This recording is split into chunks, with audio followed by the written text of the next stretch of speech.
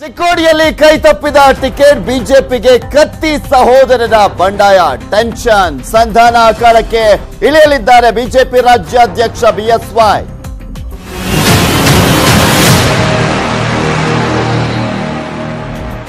ಬಿಜೆಪಿಗೆ ಬಿಸಿ ತುಪ್ಪವಾಗಿದೆ ಟಿಕೆಟ್ ಹಂಚಿಕೆ ಬಳಿಕ ಭಿನ್ನಮತ ಸ್ಫೋಟಗೊಳ್ತಾ ಇದೆ. ಬಿಜೆಪಿ ನಾಯಕರಿಗೆ ಬಿಸಿ ತುಪ್ಪವಾಗಿರುವಂತಹ ಕ್ಷೇತ್ರ ಅದು ಚಿಕ್ಕೋಡಿ ಕ್ಷೇತ್ರದಲ್ಲಿ ಟಿಕೆಟ್ ನಿರೀಕ್ಷೆಯಲ್ಲಿದ್ರು ರಮೇಶ್ ಕತ್ತಿ ಅವರು. ಆದ್ರೆ ರಮೇಶ್ ಕತ್ತಿ ಅವರಿಗೆ ಟಿಕೆಟ್ ಮಿಸ್ ಆಗಿ ಅಣ್ಣ ಸಾಹೇಬ್ ಜೊಲ್ಲೆ ಅವರಿಗೆ ಟಿಕೆಟ್ ಸಿಕ್ಕಿರುವಂತದ್ದು, ಅಪ್ಪ ಸಾಹೇಬ್ ಜೊಲ್ಲೆ ಅವರಿಗೆ.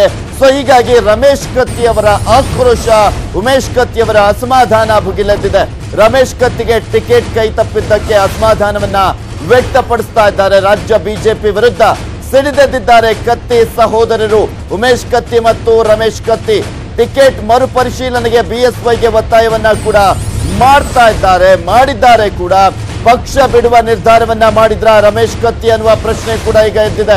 ಯಾರ ಕೈಗೂ ಸಿಗದೆ ಆಪ್ತರೊಡನೆ ರಹಸ್ಯ ಚರ್ಚೆಯನ್ನ ಕೂಡ ಮಾಡ್ತಾ ಇದ್ದಾರೆ ರಮೇಶ್ ಕತ್ತಿ ಅವರು.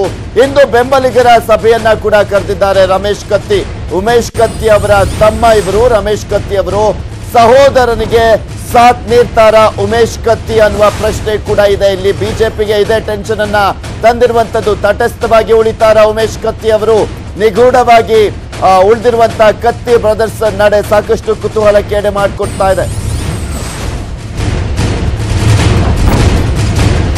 ರಮೇಶ್ ಕತ್ತಿ ಪರ ಬೀದಿಗಿಳಿದಿದ್ದಾರೆ ಕಾರ್ಯಕರ್ತರು. ಬೃಹತ್ ಪ್ರತಿಭಟನೆಯನ್ನ ಕೂಡ ಮಾಡ್ತಾ ಇದ್ದಾರೆ ಬೆಂಬಲಿಗರು. ರಮೇಶ್ ಕತ್ತಿಗೆ ಟಿಕೆಟ್ ನೀಡಲೇಬೇಕು ಅಂತ ಒತ್ತಾಯವನ್ನ ಕೂಡ ಮಾಡ್ತಾ ಇದ್ದಾರೆ. ಇಲ್ಲಿ ಪ್ರಮುಖವಾಗಿ ಕತ್ತಿ ಬ್ರದರ್ಸ್ ಅಸಮಾಧಾನ, ಆಕ್ರೋಶ ಬೆಂಬಲಿಗರು ಕೂಡ ತೋರಿಸ್ತಾ ಇದ್ದಾರೆ.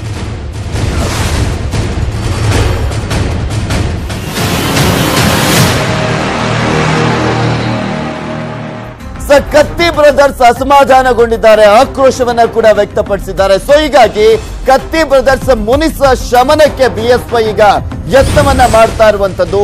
ಯಡಿಯೂರಪ್ಪ ಮಾತಿಗೂ ಕೂಡ ಕ್ಯಾರೆ ಅಂತ ಇಲ್ಲ ಕತ್ತಿ ಬ್ರದರ್ಸ್. ಬೆಳಗಾವಿಗೆ ಅಂದ್ರೆ ಇಲ್ಲಿ ಪ್ರಮುಖವಾಗಿ ಬೆಳಗಾವಿ ಚಿಕ್ಕೋಡಿಯಲ್ಲಿ ಇವರಿಬ್ಬರ ಒಂದು ಅಸಮಾಧಾನ ಎಫೆಕ್ಟ್ ಆಗುವಂತ ಹಿನ್ನೆಲೆಯಲ್ಲಿ ಯಡಿಯೂರಪ್ಪನವರು ಸಮಾಧಾನ ಪಡಿಸುವುದಕ್ಕೆ ಮುಂದಾಗ್ತಾ ಇದ್ದಾರೆ. ಆದ್ರೂ ಕೂಡ ಅವರ ಮಾತಿಗೆ ಕ್ಯಾರೆ ಅಂತ ಇಲ್ಲ.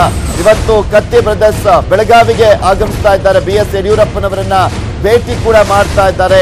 ಇಂದು ಉಮೇಶ್ ಕತ್ತಿ, ರಮೇಶ್ ಕತ್ತಿ ಜೊತೆ ಚರ್ಚೆಯನ್ನ ನಡೆಸಲಿದ್ದಾರೆ ಬಿಎಸ್ವೈ.